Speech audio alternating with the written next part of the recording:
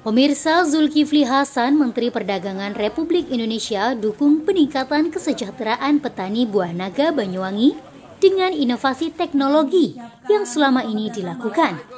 Menteri Perdagangan Zulkifli Hasan menyambut baik dengan hadirnya Panaba atau petani buah naga Banyuwangi selama ini. Panaba yang sudah banyak memunculkan terobosan-terobosan dalam pengelolaan dan perawatan buah naga hingga menghasilkan buah di luar musim. Dan hasil buah terbaik tentu ditunjang dengan kemudahan serta melimpahnya produktivitas buah naga di Banyuwangi. Dengan ini, pemerintah perlu hadir bersama-sama untuk mendukung potensi buah naga dan alpukat. Upaya ini tentu menjalin kebersamaan untuk mendukung pasar ekspor dan agroindustri. Hal tersebut disampaikan Menteri Perdagangan Zulkifli Hasan saat menghadiri acara dialog nasional dengan petani buah naga Banyuwangi. Bertempat di Benteng Buah Naga, Kecamatan Gambiran, Kabupaten Banyuwangi, Jawa Timur, pada Selasa siang 22 November 2022. Kedatangan Menteri Perdagangan Zulkifli Hasan beserta jajaran disambut oleh para pengurus dan anggota Panaba. Diawali dari penyambutan pemakaian udeng Banyuwangi, dilanjut dengan melihat kebun buah naga serta bibit alpukat. Kemudian dilanjutkan dengan dialog nasional dengan petani buah naga Banyuwangi. Dialog tersebut membahas tentang perkembangan produktivitas pengelolaan buah naga hingga penjualan hasil buah naga yang dibutuhkan oleh petani. Namun, untuk mencukupi kebutuhan maksimal sebagai penghasil buah naga yang berkelas, tentu membutuhkan dukungan. Yang pertama dari ketersediaan pupuk yang setara, dari adanya subsidi yang sama dengan komoditi lain. Kedua, subsidi listrik. Ketiga, stabilitas harga yang setara ketika di masa musim dan di luar musim. Hingga penjualan secara maksimal untuk memasuki pasar online dan pasar nasional, bahkan internasional. Untuk mengantisipasi over hasil panen juga menjadi perhatian yang mesti harus diberikan solusi oleh pemerintah untuk mengurangi dampak buruk bagi petani. Setelah dialog tersebut usai, secara simbolis buah naga dan bibit tanaman alpukat diserahkan oleh Menteri Perdagangan dan dilanjut dengan melepas pengiriman buah naga. Ya, orang yang nanam sawit teriak-teriak harganya murah, cuma dibeli 600 perak sampai 1000 perak. Bangkrut. Karena ongkosnya aja udah 1.200. Nanam sawit itu sampai metik ongkosnya 1.200. Lah ini payu mek piro? 600 sampai 1000. Nah, rugi teriak. Ya. Ibu-ibu, emak-emak di pasar teriak-teriak karena harga minyaknya mahal. Langka. Pengusahanya teriak-teriak karena pabriknya penuh nggak bisa jual. Pemerintah juga teriak-teriak karena nggak dapat pajak. Lucu toh. Itu kita. Harusnya untung banyak, cuan banyak, jadi problem, jadi masalah. Nah, saya jadi menteri karena 5 bulan nggak kelar-kelar. Presiden minta saya menyelesaikan minyak goreng sama harga tandan buah segar sawit. Jadi urus pelan-pelan, bisa alhamdulillah 2 minggu kelar tuh minyak gorengnya dalam negeri murah, ekspornya lancar. Saudara tahu ruginya 5 bulan. 5 bulan tuh ruginya pengusahanya hampir 200 triliun. 200 triliun itu kalau uang 100 ribuan dari Banyuwangi sampai Jakarta dijejer masih lebih tuh. Saking banyaknya tuh duit. Itu rugi gitu ya. Nah, sekarang sudah lancar, pengusaha sudah untung banyak, tapi biasalah pengusaha kalau sudah untung lupa nggak apa-apa, yang penting mereka tambah uangnya, tambah kaya. Karena saya pengen rakyat itu tambah kaya, pengusaha tambah kaya. Kalau semua tambah kaya, pemerintah tambah dapat pajaknya. Kalau petani ini pengusaha apa ini buah naga sama alpukat ini maju ke tambah kaya kan, bayar pajak. Yang nanam alpukat tambah banyak, gitu. Itu tugas pemerintah kan begitu, bikin teman-teman tambah kaya, tambah sugih. Gitu. Tapi kalau pengusaha alpukat di sini kan toke-toke semua nih, saya tahu nih. Nah, ini bos-bos ini. Tanahnya 5 hektar, 10 hektar, 20 hektar. Weh. Ini keren-keren ini. Oh, ya toh. Gitu. Nah, kalau sampai tambah sugih, itu artinya pemerintahnya berhasil. Loh, kalau yang usaha buah naga sama alpukat tambah miskin, ya pemerintahnya ya jeblok no. Gitu. Jadi kita hadir itu sebetulnya untuk membantu ya. Ini problemnya sama dengan kemarin saya ke Indramayu. Indramayu tuh hebat. Apa tuh mangga semua. Ya mau pinggir sungai, kebun mana aja mangga aja isinya. Mangga Indramayu. Waduh. Ada mangga apa namanya itu yang bulat merah itu, agak kecut-kecut, manis kecut. Ada juga yang mangganya yang sangat manis, itu lengkap di Indramayu. Ya. Kalau tidak panen sekilo 20.000. Kalau panen 5.000 nggak laku. Ah, itu problemnya. Jadi sebetulnya orang kita ini rajin-rajin, hebat-hebat, tapi begitu marketing itu nggak laku. Termasuk saya. Perlu juga kita ini akan maju kalau ekspor. Kalau nggak ekspor itu angel saya ki. Ya. Bayangin tuh, orang India kan 1 miliar lebih, orang Cina itu 1 miliar lebih, orang Afrika itu 1 miliar lebih, orang Arab itu 400 juta. Kalau beli alpukat satu aja itu udah 4 miliar orang. 4 miliar alpukat. Satu orang makan satu setahun satu.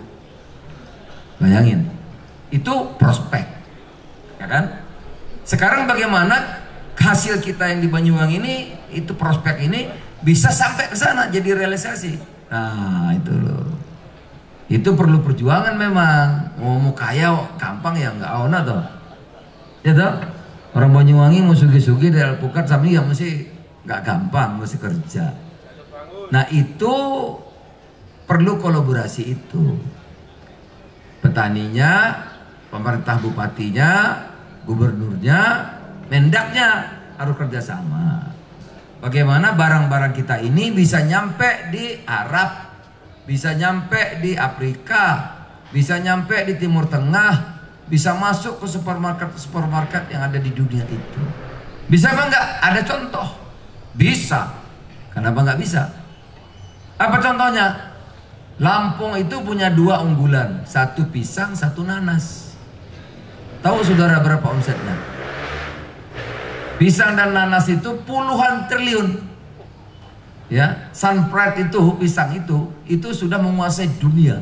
Seluruh dunia ngambil pisang dari Lampung. Bayangin tuh. Tapi pengusahanya teman-teman Tionghoa juga jago-jago dia memang. Itu. Nanas dari Lampung itu sudah hampir separuh dunia. Nanas Lampung. Gemuk, manis nanasnya. Kalau nanas daerah lain kuning kecut.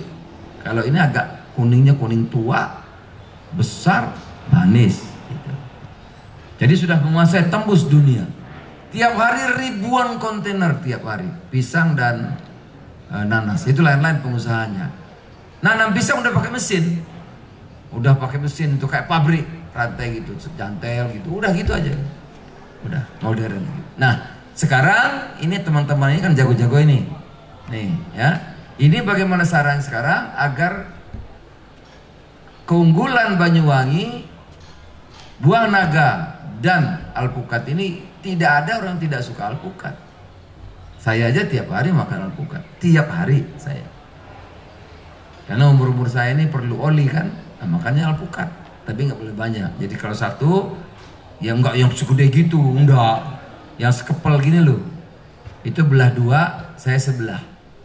Jadi pagi 1/4, biasanya malam 1/4 gitu. Jadi kalau mau ngemil ya alpukat aja, sehat, separuh-separuh. Kalau kebanyakan buat umur saya nggak baik juga.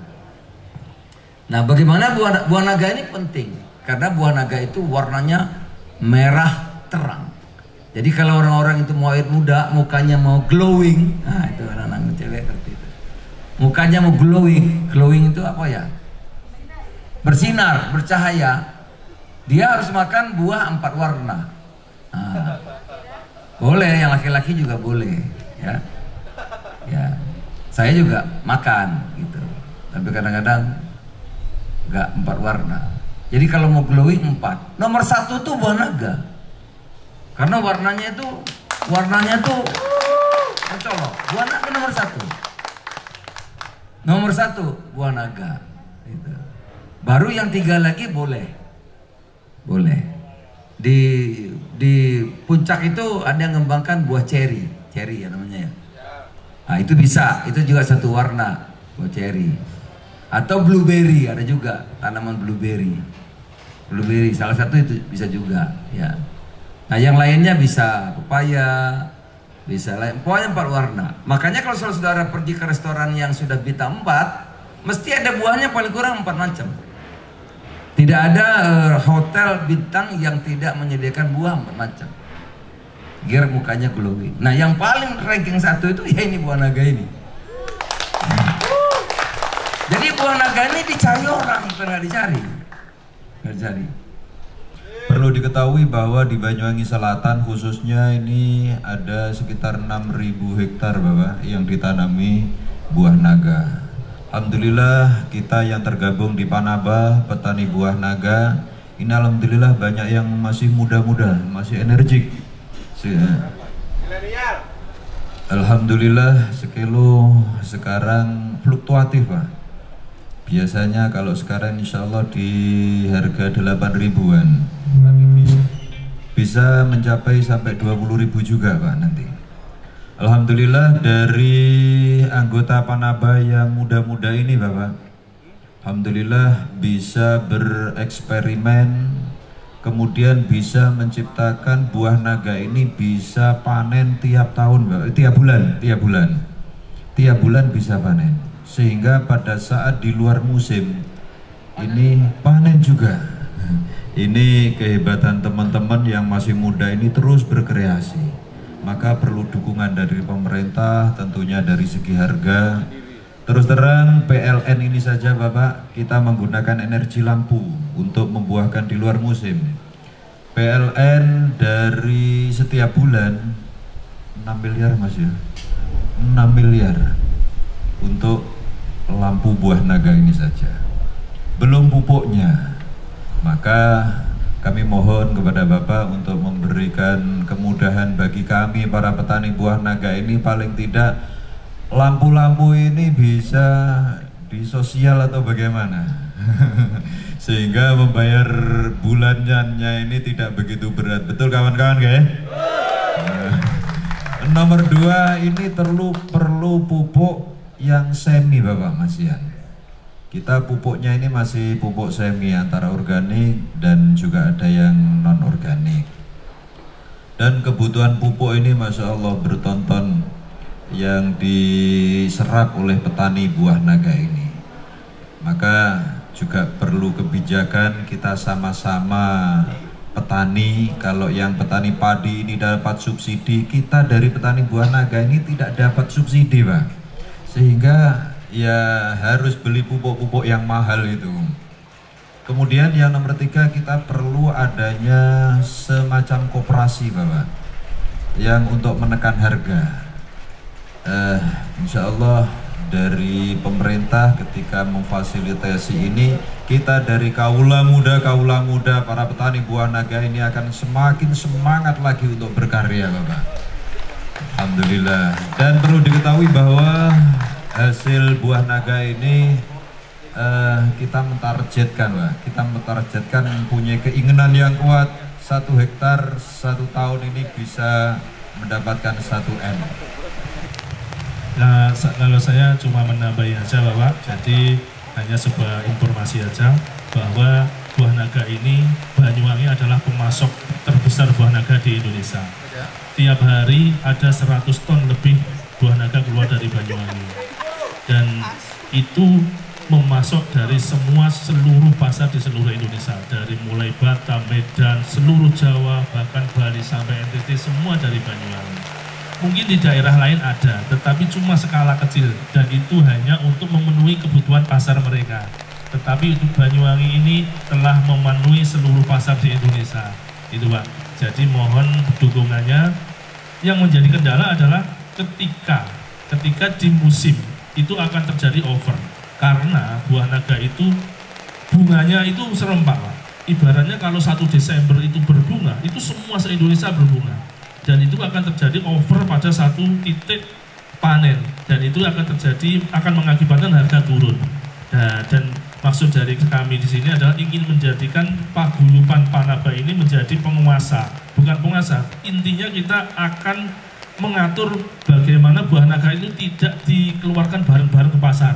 Jadi akan berangsur. Pasar ketika pasar minta kita kasih.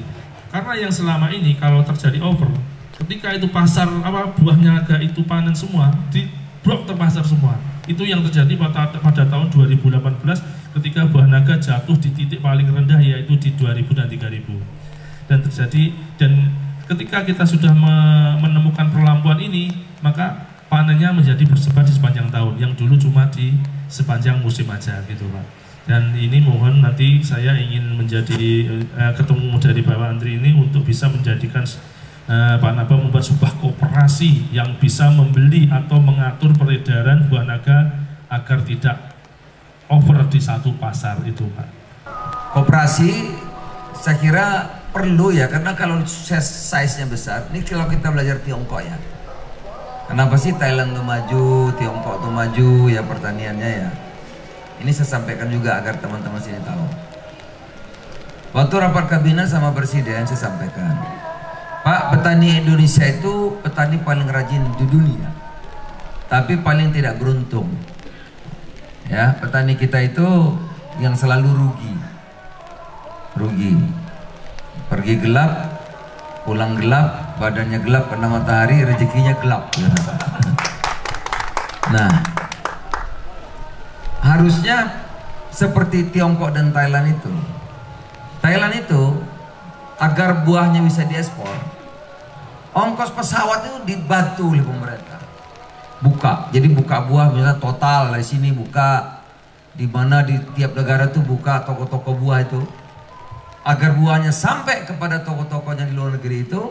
Untuk setahun pertama pemerintahnya dibantu ongkosnya pesawat sayangnya, agar terjamin. Setelah orang butuh, orang tergantung, perusahaan yang untung baru dia berdiri. Itu Thailand. Makanya kalau buah Thailand di mana-mana banyak. Betul kan? Mau minum kelapa aja sekarang dari Thailand, bingung nggak? Itu ya, itu asam, tahu asam? Namanya aja asam. Di Thailand bisa jadi manis tuh. Buah asam itu bisa jadi dimakan manis. Itu. Iya, itu. Nah, jadi luar biasa karena ada kebersamaan tadi. Tiongkok itu kalau saudara-saudara beli, coba makan apel tuh, siram air panas apelnya tuh, itu ada lilitnya tuh, ada lilitnya, coba lumer lilitnya tuh disemir lilin ya. Kalau jeruk itu udah kering kulitnya, kering gitu.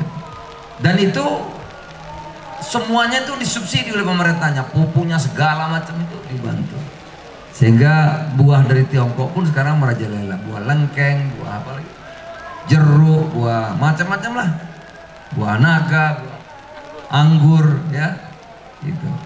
Nah kita ini punya macam-macam tadi itu. Memang saya bilang sama presiden, Pak, kita belum optimal membantu petani kita.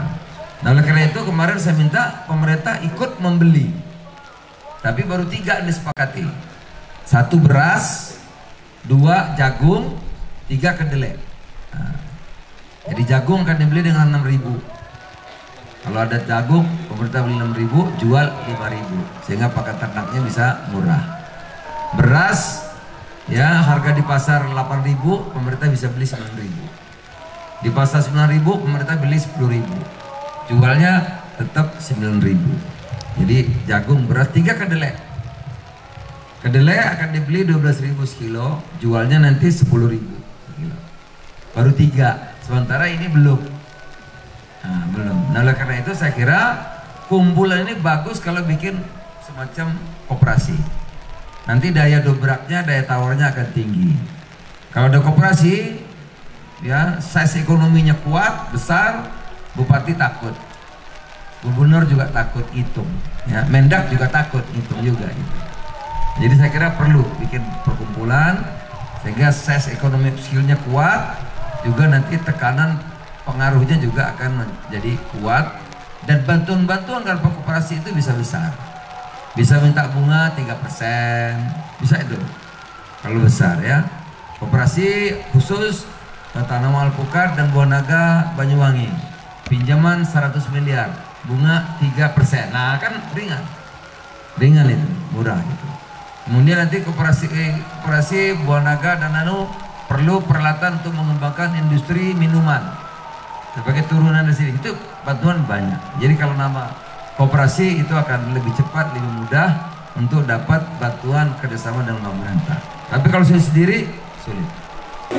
Ya, ini kita membanggakan ya teman-teman pengusaha UMKM dari Banyuwangi, teman-teman kita ini berhasil mengembangkan buah naga yang panennya bisa tiap bulan.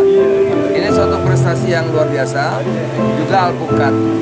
Nah sekarang bagaimana agar pemerintah hadir, bupati, gubernur, Kementerian Perdagangan, koperasi, agar kita bareng-bareng bersama-sama potensi yang luar biasa di Banyuwangi, buah naga dan alpukat ini bisa tidak hanya di nasional, kita perkuat di nasional, tapi juga bisa mendunia.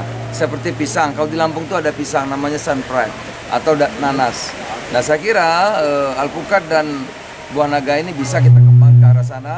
Tentu perlu kebersamaan, kata kuncinya kolaborasi, kerjasama semua pihak. Kita dukung teman-teman ini agar bisa sukses, berkembang maju.